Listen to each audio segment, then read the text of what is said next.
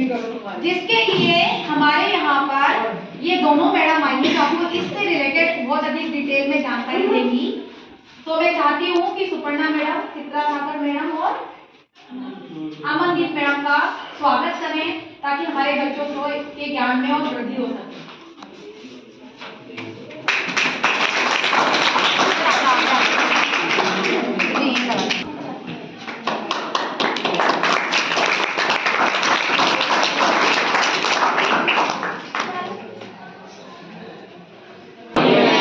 जैसा कि आप सबको पता है, आज आपके स्कूल में नो बैग डे मनाया जाता है हर सैटरडे। आज की थीम जो रखी गई है वो तंबाकू से बचाव की मुहिम रखी गई है। जैसा कि आपको पता ही होगा तंबाकू के बारे में, तंबाकू क्या है, किससे कहते हैं, तंबाकू किस किस रूप में खाया जाता है, सबको बताइए। कैसे कैसे खाते हैं तंबाकू, किस किस में होता है तंबाकू, बड़े बच्चों को तो पता होगा। इसे पता है, जैसे सिगरेट है, ये अपने विमल है, इन सब में तंबाकू होता है। आजकल आपको पता ही है, सभी खाते हैं, आजकल तो बच्चे भी खाते हैं। कोई खाता है इसमें से? कोई बच्चा खाता है? अगर खाते हो तो उसको बिल्कुल छोड़ देना, क्योंकि ये बहुत ही डेंजरस है अपनी हेल्थ के लिए।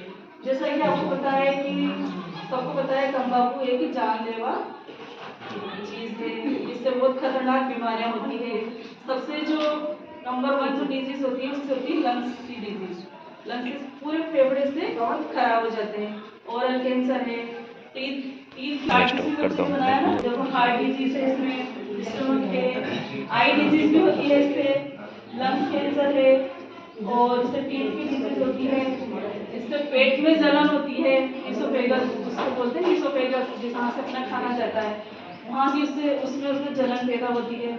और स्पेशली जो लेडीज है, महिलाएं हैं, उसमें भी बहुत ज़्यादा इसके परिणाम, घातक परिणाम होते हैं। इससे बांझपन की समस्या पैदा होती है, इससे अपने बहुत सारी है जो मीनोपॉज की समस्या होती है। इसलिए कहते हैं महिलाओं को भी तंबाकू से रोका जाना चाहिए, तंबाकू खाने से मना करना चाहिए महिलाओं को भी। और जो आजकल की जो जनरेशन है वो तो ज़्यादातर तंबाकू की तरफ ही झुकती जा रही है। सिगरेट पीना, आजकल के लड़के देखा है, देखा आप कभी, सब बच्चे सिगरेट पी रहे हैं, कोई तंबाकू खा रहा है, बिल्कुल बाहर की मछली आपने देखा होगा, आपने जगह जगह लाल रंग से थूक रखा है, सब जगह लाल सत्ताल होती है। इसलिए आज की स्पेशल थीम रखी गई है तंबाकू के लिए, इसीलिए रखी गई है कि स्कूलों में जो बड़े बच्चे हैं उनको, जो छोटे बच्चे हैं वो भी अपने घर में जाके अपने जो भी अगर कोई खाता हो तो उसको जाकर बताएं कि भी तंबाकू से क्या क्या बीमारियां हो सकती है और इससे हमें कैसे बचाव किया जा सकता है। मैं आप यही आशा करती हूँ कि आप लोग घर में जाके अपने बड़ों को, अपने भाई बहनों को, सभी को, अपने आस पड़ोस में सबको इससे बचाव की जानकारी बताएं, ताकि आगे जो हमारा फ्यूचर है वो और अच्छा सुरक्षित हो सके और जो बच्चे हैं वो अपने अच्छे मुकाम पर पहुंच सके, बुरी आदतों से बचकर। Thank you. मैम ने बताया कि तंबाकू से कितने नुकसान हैं, क्या क्या हो सकता है, लेकिन फिर भी आप लोगों में से या आपने देखा होगा कि और बच्चे सिर्फ एक फैशन के उस पर देखे कि हाँ उनके पिताजी या उनके पिताजी के दोस्त या उनके आसपास के लोग तंबाकू का सेवन करते हैं तो फिर वो भी करना शुरू कर देते हैं। शुरू में उनको लगता है कि नुकसानदायक नहीं है, क्या होगा, सिर्फ मैं 1 या 2 बार देखता हूँ करके, होता क्या है, ये सिर्फ इस वजह से लेना शुरू कर देते हैं कि देखिए इसमें है क्या, ऐसा क्या है कि पापा इसको रोज ही लेते हैं, यूज करते हैं, मम्मी या कोई अंकल आंटी, तो आप लोग भी एक शौकिया तौर पे उसको यूज करना शुरू करते हो। जैसे विमल है, पान है, पान में भी होता है, बीड़ी है, सिगरेट है, जो भी चीज है, तो इनको आप शुरू में तो लोगे शौकिया तौर पे, लेकिन बाद में ये क्या होती है, आपकी आदत बन जाती है। और आदत बनने के बाद में ये कोई अच्छी आदत नहीं है, बुरी आदत है। बुरी आदत हमेशा स्वास्थ्य के लिए और हमारे समाज के लिए खतरनाक है। शुरुआत होती है हमारे घर से, अगर हमारा घर बिगड़ा हमारा समाज बिगड़ेगा, हमारा समाज बिगड़ेगा हमारा देश बिगड़ेगा, और हमारा देश क्या होगा, कमजोर होगा।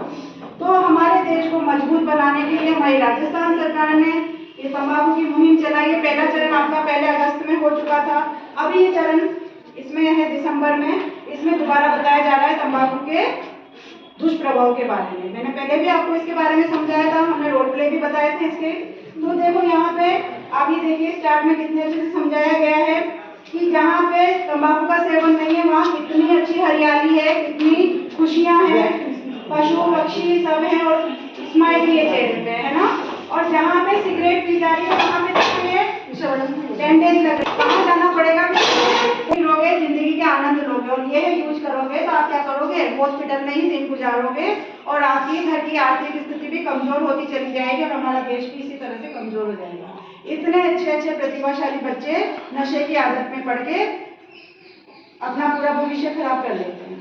तो हो सकता है आप लोग ना करते हो, है ना, लेकिन आपके आसपास जो भी करते हो उनको आप समझाओ कि ये गलत है, इसे ना करें, इसका उपयोग ना करें, उसको छुड़वाने की कोशिश करें। तो अगर आप इतने बच्चे भी अगर एक एक को भी समझाते हो, ये नहीं कहते कि पूरा देश को आप समझाओगे, यदि आप एक बच्चा एक व्यक्ति को समझाता है, खुद भी सुधरता है और एक और को सुधारता है, तो यही सरकार चाहती है, यही हम सब चाहते हैं कि आप एक ही एक को सुधार देंगे तो हमारा पूरा देश सुधर जाएगा और ये नशे की लत से हम बाहर आ जाएंगे। ठीक है, तो इसी पे एक कविता तैयार करिए बच्चों ने। आगे बच्चों। रोकनी होगी नशे की आदत, रोकनी होगी नशे की आदत, सबको है आगे है आना। नशा है एक बहुत बुरी लत, नशा है एक बहुत बुरी लत, हमें नशा भारत है बनाना।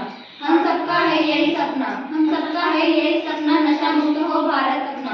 जीवन में अगर स्वस्थ है रहना, जीवन में अगर स्वस्थ है रहना, तो नशे से हमें दूर है रहना। हम सबने यही हटाना, अब सबने यही हटाना, नशे को जड़ से है हटाना। Very good. हेलो बच्चों। बच्चों आज क्या है आपका? No bag day. बहुत बढ़िया, आपको सबको याद रहता है। तो सैटरडे को भी नो बैग डे। तो आज जो नो बैग डे में है उसमें है बेटा आपके राजस्थान के जिले। तो आपको राजस्थान के जिलों के बारे में और राजस्थान के बारे में बहुत अच्छे से समझाने आ रही है आपकी नेहा मैम।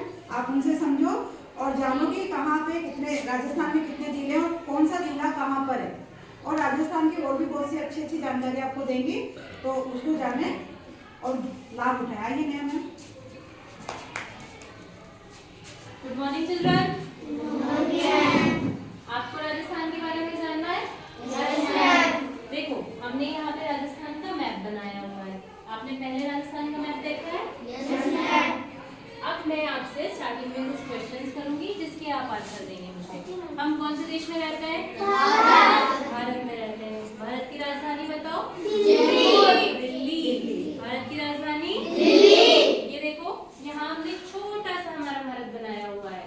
ठीक है, अब देखो भारत के कौन सी दिशा में राजस्थान है? पश्चिम। भारत के कौन सी दिशा में राजस्थान है? पश्चिम। हम जिस राजस्थान में रहते हैं वो भारत का एक राज्य है जो उसके पश्चिम दिशा में स्थित है। ठीक है, यहाँ आप देखोगे ये पूरा राजस्थान का नक्शा बनाया हुआ है। राजस्थान की राजधानी बताओ। राजस्थान की राजधानी है जयपुर। ठीक है, अब देखिए, जब आप किसी नक्शे को बनाते हैं तो सबसे पहले हमें उसमें दिशाएं प्रदर्शित करनी होती है। हमारे पास 4 दिशाएं हैं, पूर्व, पश्चिम, उत्तर और दक्षिण। लेकिन जब आप किसी नक्शे में दिशाएं प्रदर्शित करते हैं तब आपको ऊपर की तरफ उत्तर दिशा लिखनी होती है, नीचे की तरफ दक्षिण।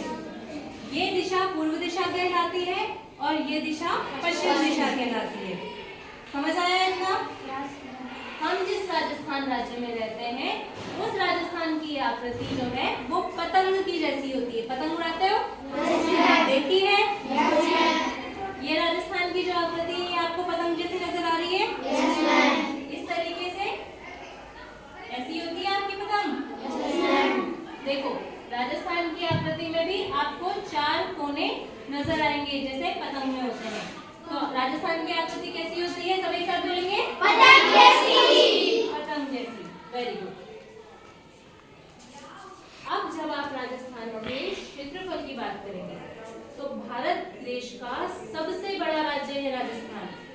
ठीक है, भारत देश का सबसे बड़ा राज्य है राजस्थान क्षेत्रफल की दृष्टि से, और इसका क्षेत्रफल है 3,42,239 वर्ग किलोमीटर। कितना है? 3,42,239 वर्ग किलोमीटर। याद हो जाएगा? फिर से बोले, 3,42,239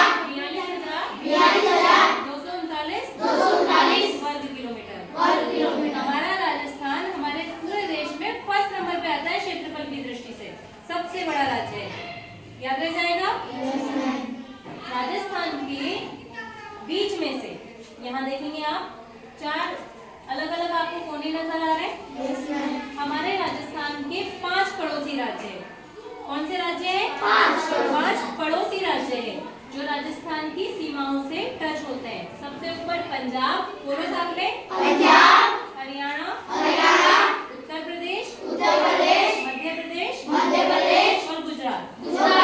ये 5 राज्य जो हैं वो राजस्थान की सीमा से टच करते हैं, स्पर्श करते हैं। और राजस्थान के साथ ही हमारे भारत देश की अंतरराष्ट्रीय सीमा भी है, जो पाकिस्तान और अफगानिस्तान देशों के पास में है। ठीक है, समझ आया? अब देखो, राजस्थान जो है, हमारे राजस्थान में से अरावली पर्वतमाला निकल रही है जो दिल्ली तक जाती है, और हमारे राजस्थान राज्य को ये अरावली पर्वतमाला 2 भागों में बांट देती है। यहाँ से देख पा रहे हो आप लोग, ये अरावली पर्वतमाला है पूरी, जो दिल्ली तक जा रही है, देख पा रहे हो? Yes ma'am. और इसकी वजह से राजस्थान एक इस वाले भाग में और एक इस वाले भाग में बट गया है। ये वाला जो भाग है ये पूर्व दिशा की तरफ है, इसलिए हम इसे पूर्वी राजस्थान बुलाएंगे। क्या बुलाएंगे? पूर्वी राजस्थान। और ये वाला जो भाग है ये पश्चिम दिशा की तरफ है, इसलिए हम इसे पश्चिमी राजस्थान बुलाएंगे। ठीक है, आप कौन से जिले में रहते हैं? पूर्वी राजस्थान, कोटा जिले में रहते हैं। कौन से जिले में रहते हैं? कोटा। और हमारा जो कोटा जिला है ये इस जगह पर पड़ता है लगभग। तो कोटा जिला राजस्थान के कौन से वाले भाग में आ रहा है? पूर्वी भाग में आ रहा है। हम कौन से राजस्थान में रह रहे हैं? पूर्वी राजस्थान में रह रहे हैं। अरावली पर्वतमाला राजस्थान राज्य को 2 भागों में बांट देती है, पूर्वी राजस्थान और पश्चिमी राजस्थान। अच्छा, मुझे बताओ पर्वतमाला किसे कहते हैं?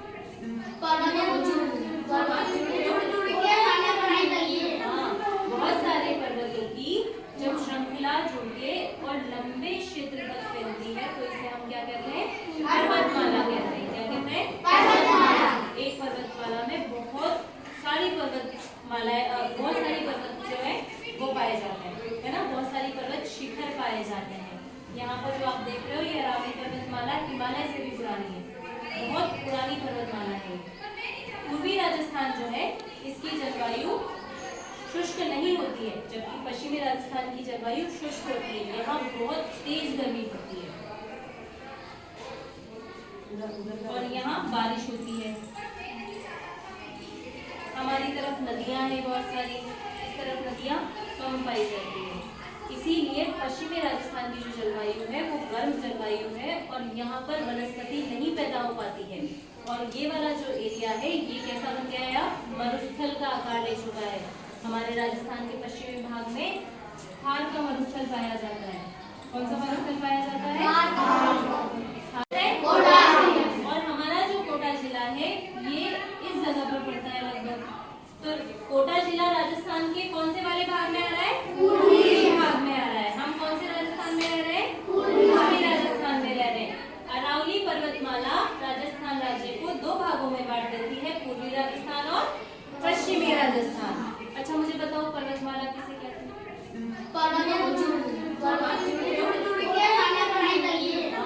बहुत सारे पर्वतों की जब श्रृंखला जुड़ के और लंबे क्षेत्र तक फैलती है तो इसे हम क्या कहते हैं?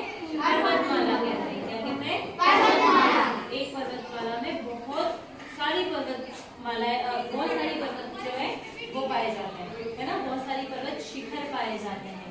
यहाँ पर जो आप देख रहे हो ये अरावली पर्वतमाला हिमालय से भी पुरानी है, बहुत पुरानी पर्वतमाला है।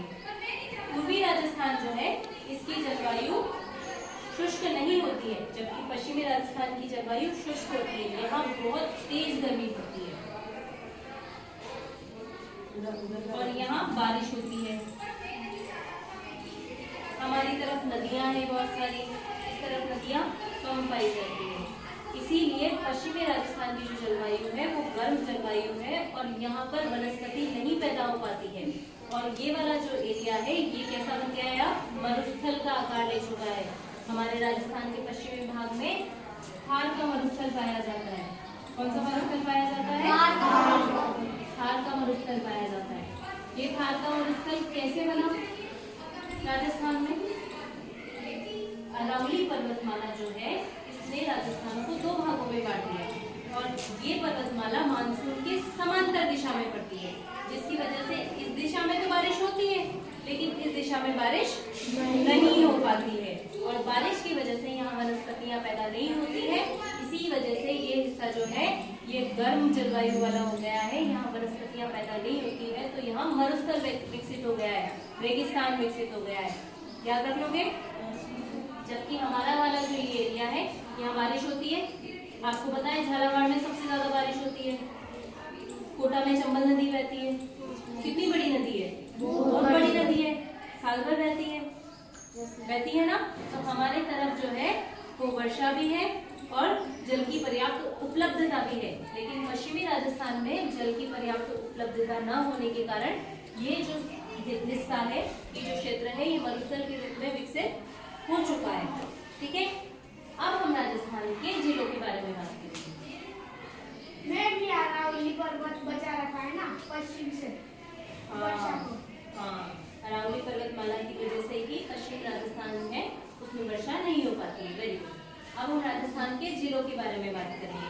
आज मैं आपको राजस्थान के कुछ महत्वपूर्ण जिले बताऊंगी जो आप याद कर सकते हैं। उसके बाद फिर हम बाकी नेक्स्ट क्लास में इसको कवर करेंगे और वो सारे जिले आपको याद करके और फिर आपके नक्शे में आपके पास एक कक्षा दिया जाएगा, उसमें आपको सबको अपने यहाँ सीखना है और उसके बाद उसमें उन जिलों को अंकित करना है। कर लेंगे? स्टार्ट करें? ध्यान से देखना होता है ना। अब देखो, हम उत्तर दिशा से स्टार्ट करेंगे। उत्तर दिशा में सबसे ऊपर पाया जाता है श्री गंगानगर जिला।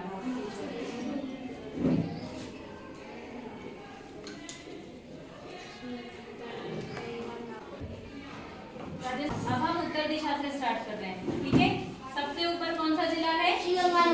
और दूसरी ओर सबसे नीचे कौन सा जिला है? बांसवाड़ा।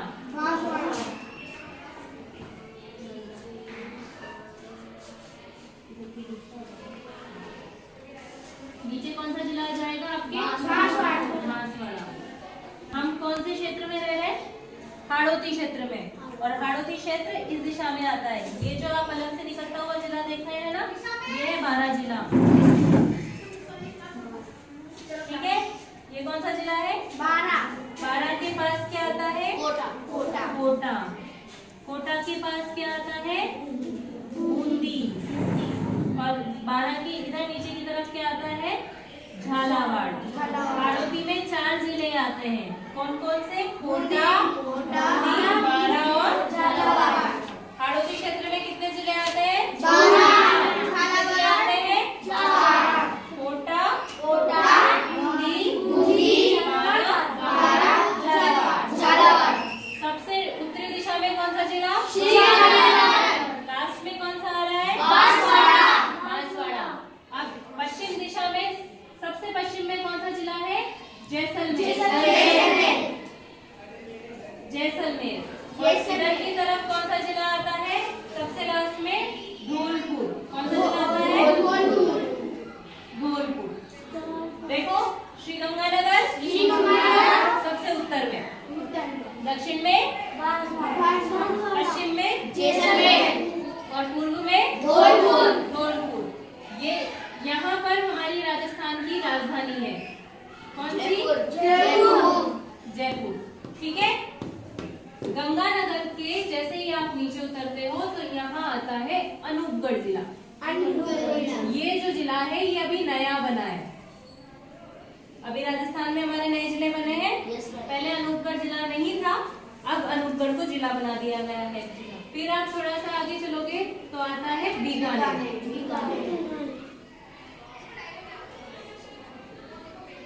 याद हो गया? गंगानगर, अनूपगढ़, बीकानेर, जैसलमेर। याद रह जाएगा? जैसलमेर से नीचे उतरोगे तो आएगा बाड़मेर। ठीक है, हाड़ौती के 4 जिले बताओ। कोटा,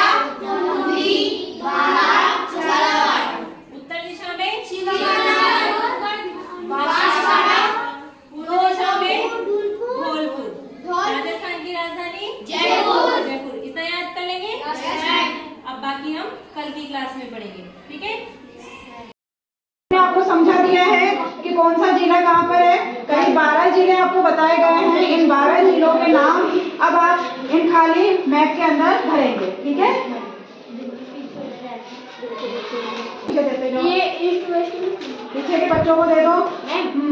प्रदर्शन। नहीं वो नहीं, बस जिलों के नाम इधर मैंने लिखे हैं पूरे 12 जिलों के नाम लिखो, और बाकी चीजें आपको लिखनी है, बाकी चीजें नहीं लिखनी, बस 12 जिले लिखने हैं। ये जो 12 जिले लिखे हैं वो आपको राजस्थान का जो आपको नक्शा दिया गया है इसके अंदर आपको दर्शाना है कि कहाँ पे, वो आपको बता दिया गया था कि कहाँ पे क्या भरना है। आप भरिए, अब समझाया था ना आपको।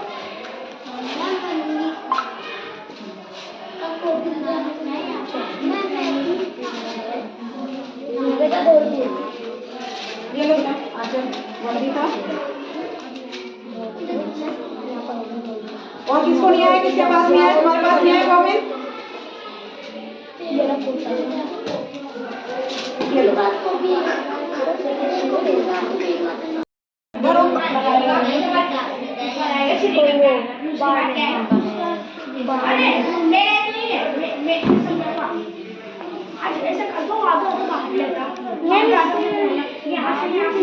ये रहे ना जिलों के नाम चलो बोलो। हाँ उन जिलों को बोलो कहाँ पे कौन सा है। दूसरी क्या आता है, मनुगढ़, इधर रामगढ़।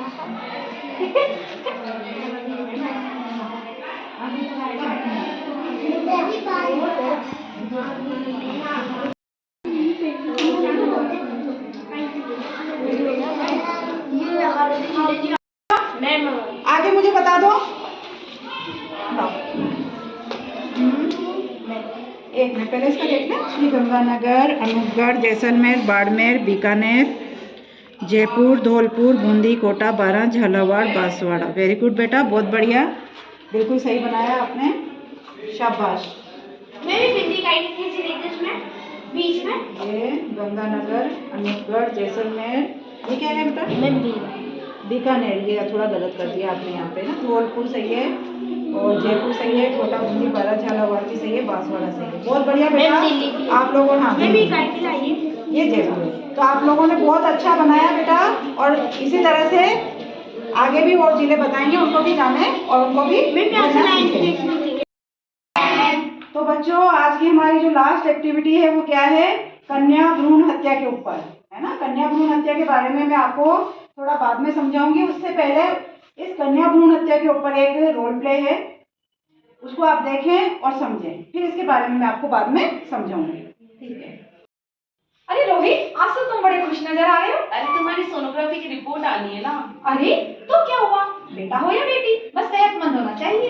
बेटा ही होगा। अरे मैंने तो अपने बेटे का नाम भी सोच लिया है, सनी, सूरज की तरह जो चमकता रहेगा। और बेटी हुई तो? नहीं बाबा नहीं, मुझे बेटी नहीं चाहिए। क्यों? अरे मैं घर के खर्च उठाऊंगा, घर की EMI चुकाऊंगा, या फिर उसके दहेज के लिए पैसे बचाऊंगा। लेकिन रोहित, आजकल तो लड़का और लड़की सब बराबर होते हैं। सब कहने की बात है, आजकल का माहौल देखा है कितना खराब है। माहौल में बेटी को संभालना आसान है क्या? तुम ऑफिस जाती हो, मैं ऑफिस जाता हूँ, पीछे से बेटी को संभालेगा कौन? अगर कुछ ऊंच नीच हो गई तो जमाने को क्या मुंह दिखाएंगे? रोहित, मेरे माँ बाप भी तो ऑफिस जाते थे, वो भी तो जॉब करते थे, उन्होंने भी तो मुझे पाला पोसा है। अभी कुछ और था, आज जमाना कुछ और है। पहले हम जॉइंट फैमिली में रहते थे, आज सोलो फैमिली में रहकर बेटी को संभालना आसान है क्या? रोहित, तुम पढ़े लिखे होकर ऐसी बातें कर रहे हो? पढ़ा लिखा हूँ तभी ऐसी बातें कर रहा हूँ। बहुत स्ट्रगल करके मैं यहाँ तक पहुँचा हूँ। अब बेटी का बोझ सर पे लेकर मैं पूरी जिंदगी स्ट्रगल करने में नहीं निकालना चाहता। कर रहे हो? आज के टाइम में लड़का और लड़की में फर्क ही क्या है? बहुत फर्क है। लड़का लड़का होता है, लड़की लड़की होती है। लड़का वंश बढ़ाता है और लड़की टेंशन। सर आपकी सोनोग्राफी की रिपोर्ट देखिए डॉक्टर।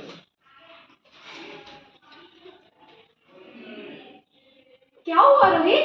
वही जिसका डर था, तुम्हारे पेट में बेटी है। क्या हुआ रोहित? मैं तो बेटी ही चाहती थी। पर मैं नहीं चाहता था। बेटी क्यों नहीं? बेटी को पढ़ाना लिखाना शादी करना कितना मुश्किल है। बस एक बार बोला ना, बेटी नहीं चाहिए मतलब नहीं चाहिए। चूज वन, मैं या बेटी। रोहित! माँ, अभी तो भगवान ने मेरे हाथों पर किस्मत की लकीरें भी नहीं बनाई है। इससे पहले ही आपने मेरी तकदीर का फैसला सुना दिया। माँ, अभी मुझे जी लेने दो। कसम, आपकी कसम, मैं आपको परेशान नहीं करूँगी। जब आप खाना खाकर मीठा खा रही होंगी तब मैं रसोई में जाके सारे बर्तन मांज दूंगी। मेरे स्कूल की चिंता मत करो, मैं भैया की किताबों से ही पढ़ लूंगी। और हाँ, पापा से कहना कि मेरे दहेज की चिंता न करें, मैं आपके साथ ही रहकर आपके बुढ़ापे का सहारा बनूंगी। अगर आपको फिर भी लगता है कि मैं आप पर बोझ बनूंगी तो आप अबॉर्शन का खर्चा मत करिए। मैं भगवान जी से खुद ही कह दूंगी कि मेरी माँ मेरा मानो देंगे। में खिले जैसे धूप की छैया, अखियों में ऐसा सजे रूप तेरा गोरिया, संगी न साथी कोई, सखी न सहेली, किस संग खेलेगी तू लाडो अकेली, लाडो अकेली। बंद है केवड़िया, खिड़की से साकल, किसके लिए आएगी तू दुनिया में पागल, दुनिया में पागल। हो चाहे टुकड़े हो दिल के हजारों, वरना आना इस देश में लाडो, हो वरना आना इस देश में लाडो। प्रिया, प्रिया उठो, मुझे नहीं चाहिए बेटा, मुझे तो तुम चाहिए, उठो।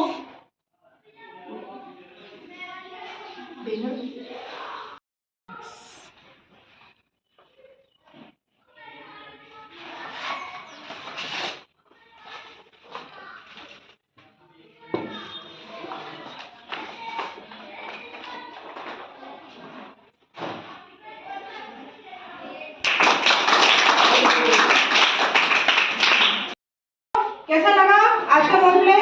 बहुत अच्छा। लेकिन इससे कुछ सीख मिली? है ना? इसमें सीख ये है बच्चों की जो कन्या भ्रूण हत्या होती है उसमें क्या होता है कि ये जो तकनीक बनाई गई थी कि बच्चा कैसा है, क्योंकि कई बार बच्चों में कुछ विकलांगता होती है, कुछ कमियां होती है, तो बाद में भी दुनिया में आके उन बच्चों के परेशानी होती है। उस वजह से अल्ट्रासाउंड एक तकनीक है साइंस की जिसके द्वारा पता चलता है कि लड़का है या लड़की जन्म से पूर्व। तो बनाया इसलिए गया था, लेकिन इसके दुरुपयोग किए गए और दुरुपयोग करके, क्योंकि जनता के अंदर लोगों में क्या है कि लड़का होगा तो लड़का वंश बढ़ाएगा, लड़का कमाएगा, लड़की तो खर्चा है ना? तो इस वजह से वो क्या करने लगे कि लड़की का कोख में ही हत्या करने लगे, क्योंकि उनको पता चल जाता था कि होने वाला लड़का है या लड़की। तो अब इसके बचाव के लिए कि कन्या भ्रूण हत्या को रोकने के लिए सरकार ने एक अधिनियम बनाया है 1994 में। अगर कोई जबरदस्ती कन्या भ्रूण हत्या करवाता है तो उसको 7 वर्ष की सजा दी जाती है। कितने साल की? 7 साल की सजा दी जाती है। तो आप लोग भी अपने घर पे अगर इस तरह की स्थिति देखते हैं तो जागरूक करें कि ऐसा कुछ नहीं है, लड़का लड़की दोनों समान होते हैं। आपने देखा है कोई इंजीनियर है, पुलिस में है, ऐसा कोई क्षेत्र नहीं जहाँ लड़कियां अपना नाम रोशन नहीं कर रही है। तो लड़कियां अपने माँ बाप का भी ख्याल रखती हैं, समाज में अपना नाम रोशन करती है, माँ बाप का नाम रोशन करती है। तो लड़कियां बोझ नहीं है, लड़कियां और लड़के दोनों समान है, लड़कियों को भी समान इज्जत देनी चाहिए। थैंक यू बच्चों।